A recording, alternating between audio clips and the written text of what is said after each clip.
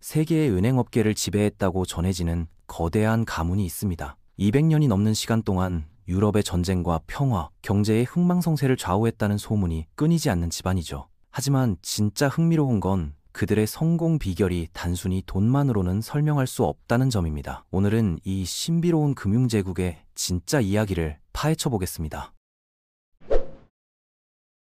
모든 것은 18세기 독일의 한 작은 빈민가에서 시작됩니다. 당시 프랑크푸르트의 유대인 거주 지역은 그야말로 절망적인 곳이었죠. 마이어 암셸 로스차일드라는 한 사람이 여기서 인생의 전환점을 맞게 됩니다.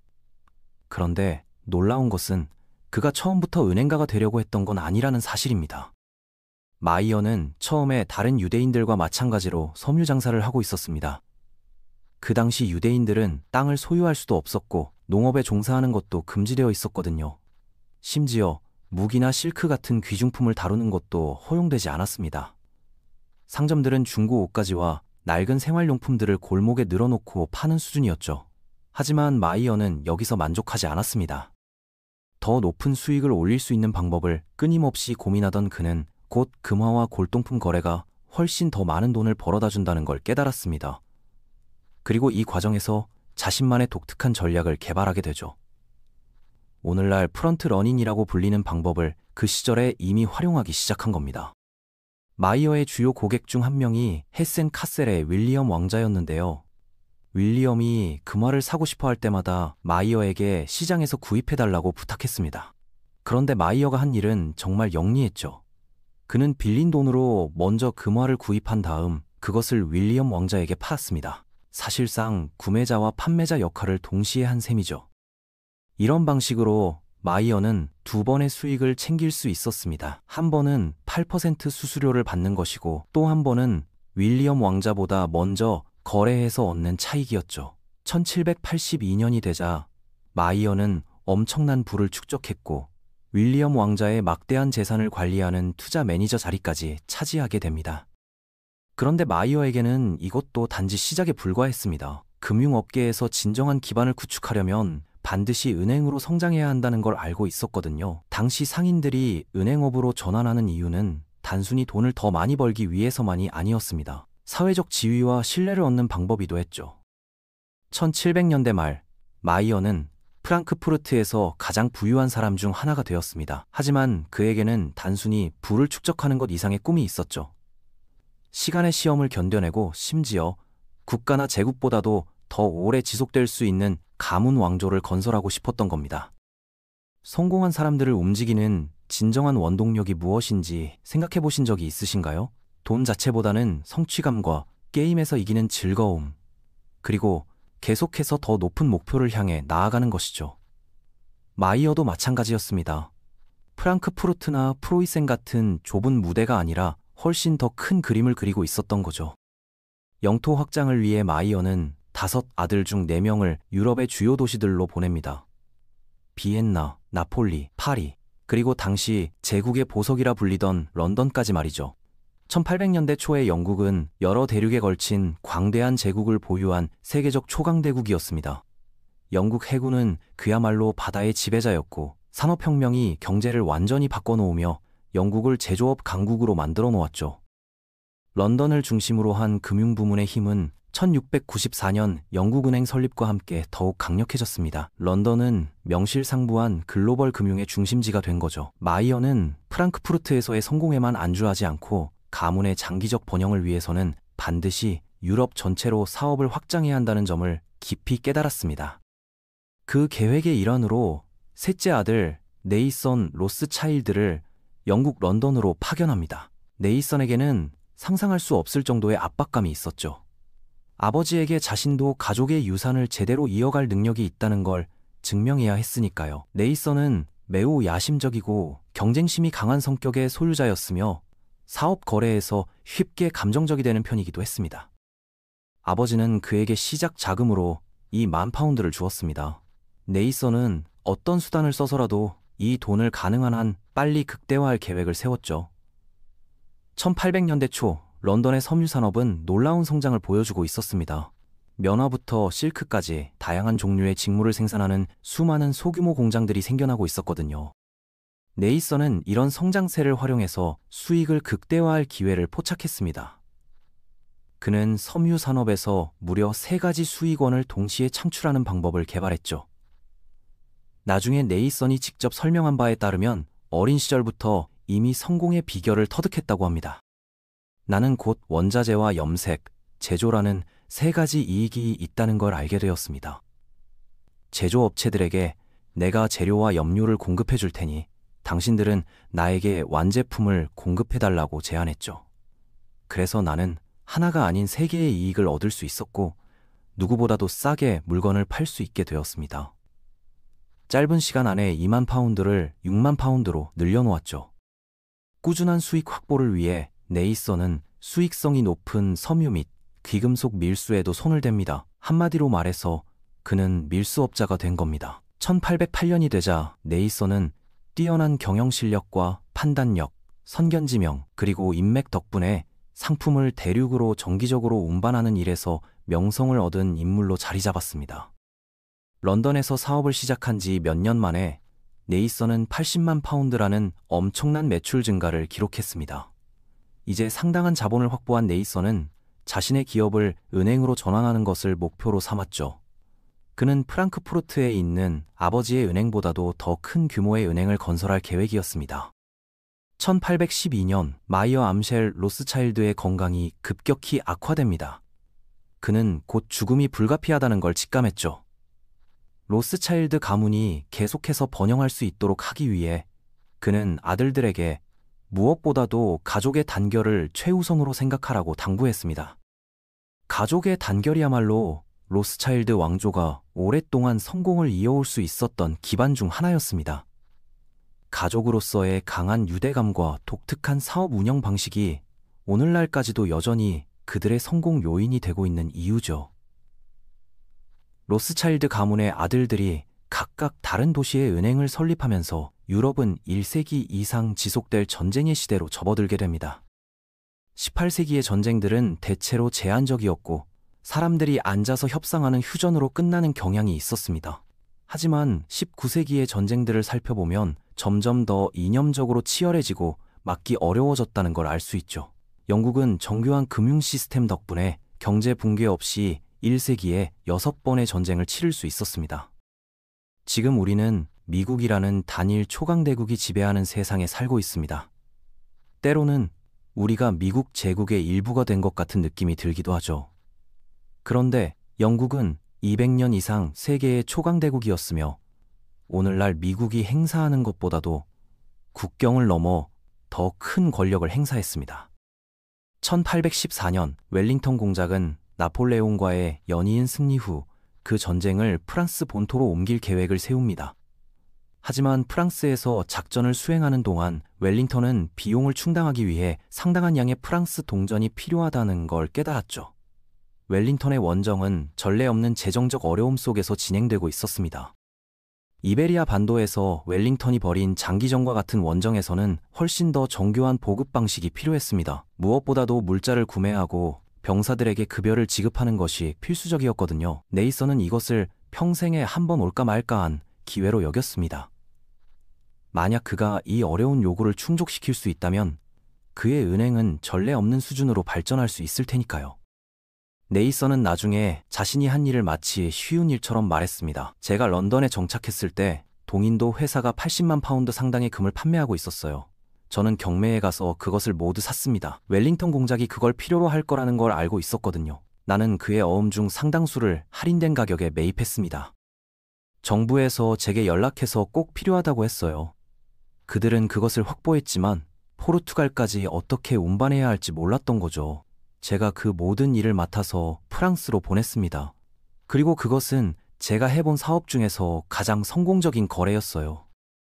1800년대 중반 유럽이 전쟁의 소용돌이로 변해가면서 각국은 외환시장을 점점 더 필요로 하게 되었습니다. 전쟁을 벌이려면 돈이 필요하고 전쟁에서 지면 종종 상대방에게 배상금을 지불해야 했거든요. 로스차일드 가문에게 전쟁은 수익성 있는 사업이 되었습니다. 이들의 은행 네트워크는 독특한 경쟁 우위를 제공했습니다. 그 당시에는 현대적인 은행 시스템이 막 시작되고 있었기 때문에 환전 서비스를 제공하는데 높은 수수료를 부과할 수 있었죠. 때로는 8%에 달하기도 했습니다. 하지만 수수료 수입은 전체 수익의 일부에 불과했습니다. 로스차일드 가문은 금융업계에서 정보가 전부이고 속도가 가장 중요하다는 점을 정확히 파악하고 있었습니다. 그들은 초기에 가장 성공적인 외환 거래자 중 하나였죠.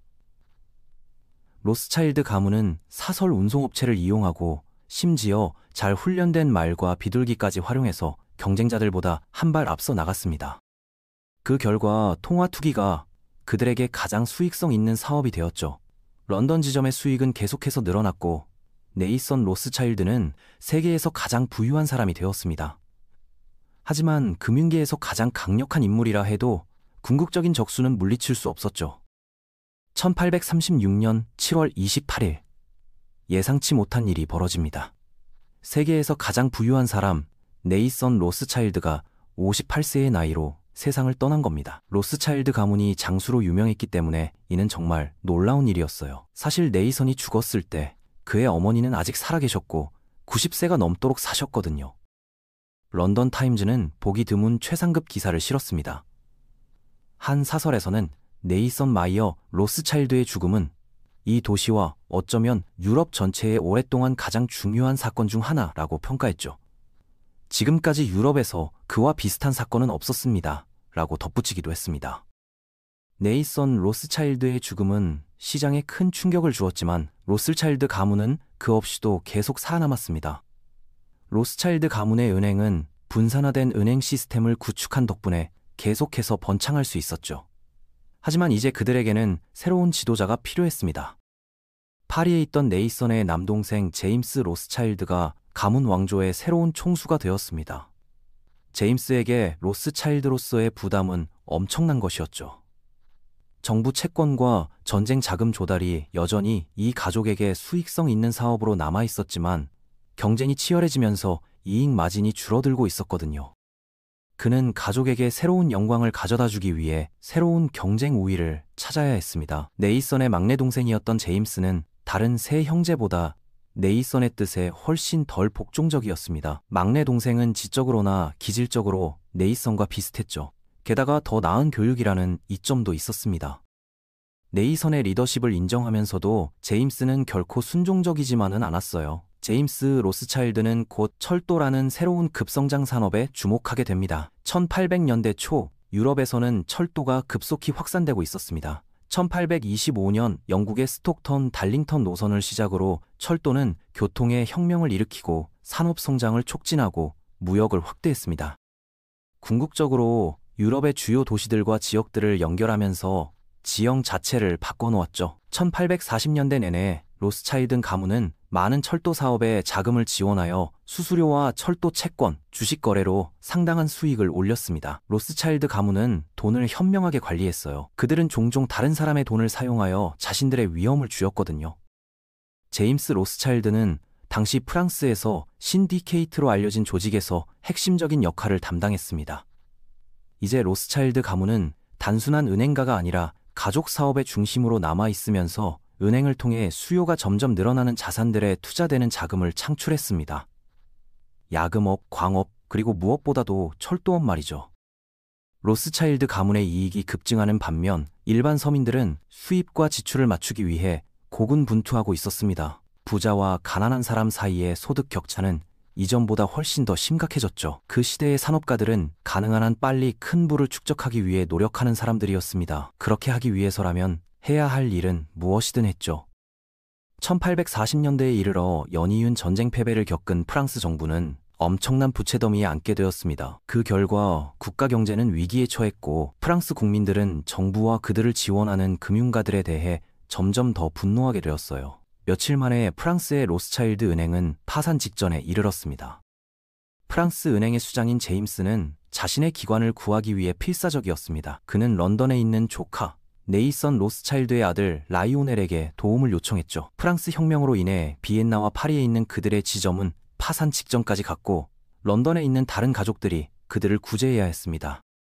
당시 로스차일드 가문의 은행업은 거의 2대에 걸쳐 이어져 왔었어요. 라이오넬에게 삼촌의 지점을 구제하는 것은 상당한 위험과 잠재적 손실을 초래하는 일이었습니다. 하지만 그에게는 가족의 단결이 무엇보다도 중요했죠. 그의 런던 은행은 대출을 주선해서 삼촌의 은행이 붕괴되는 것을 막았습니다. 하지만 여기서 끝나지 않았어요. 라이오넬 로스차일드는 가족을 우선시하는 것이 중요하다고 생각했지만 동시에 자신의 민족을 격려해야 한다는 의무감도 느끼고 있었습니다. 라이오넬은 자신의 민족에 대한 편견을 없애는 목표를 달성하기 위해서는 정부에 진출하는 것이 유익하다고 판단했어요. 라이오넬은 많은 돈을 가지고 있었기 때문에 그 돈을 사용해서 언론에 많이 보도되어 당선될 수 있었습니다. 19세기 중반에는 영국 유대인에 대한 대부분의 제한이 폐지되었거든요. 하원은 유대인의 의석을 허용하는 법안을 통과시켰습니다. 1847년 8월, 라이오네 드 로스차일드는 런던시 의회 자유당 후보로 선거에 나섰죠. 라이오넬이 선출되었습니다. 문제는 여기서 생겼어요. 하원의원으로서 정식으로 선서를 하려면 그는 기독교 성경에 대한 선서를 낭송해야 했거든요.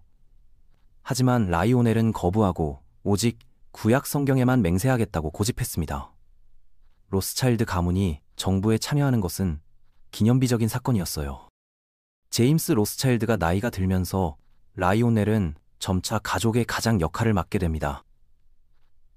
하지만 라이오넬이 깨닫지 못한 것은 로스차일드 가문이 유럽에서 최고의 권력을 휘두르고 있는 동안 새로운 은행 제국이 등장하여 로스차일드의 지배력에 도전할 태세를 갖추고 있다는 사실이었어요. 로스차일드의 초기 성공은 주로 정보와 지능, 지식에 기인했습니다. 요즘에는 온라인에서 방대한 양의 자료에 접근할 수 있기 때문에 무엇이든 배우는 것이 훨씬 쉬워졌죠. 주니어스 모건은 상업은행인 조지 피바디 앤 컴퍼니의 영국 은행가였습니다. 1864년 피바디가 은퇴하자 주니어스가 회사를 인수했어요. 주니어스 모건에게는 항상 엄숙하고 성숙한 면이 있었습니다. 그는 마치 조숙한 중년의 청년처럼 옛 금융가들에게 위안을 주는 사람이었죠. 그는 엄숙하고 사무적이었으며 항상 감정을 절제하는 사람이었어요. 주니어스 모건은 메이저리그에서 뛰려면 정부 자금 지원을 받아야 한다는 걸 알고 있었습니다. 1800년대 은행가에게 전쟁보다 더 큰 기회는 없었거든요. 1867년 프랑스는 네덜란드로부터 룩셈부르크를 매수하려고 시도했습니다. 그러나 프로이센이 이러한 움직임에 반대하면서 긴장이 고조되었죠. 프로이센의 총리이자 무자비하기로 악명 높은 군인 오토 폰 비스마르크는 공격할 기회를 노리고 있었어요. 1870년 7월 19일, 나폴레옹 3세가 프로이센에 선전포고를 합니다. 이 선언은 프로이센의 지도하에 독일의 통일을 더욱 촉진할 전쟁을 꿈꾸던 비스마르크의 열망과 완벽하게 일치했죠. 비스마르크는 처음부터 난폭한 기지를 지녔고 그것을 제어하는 것은 매우 어려웠습니다.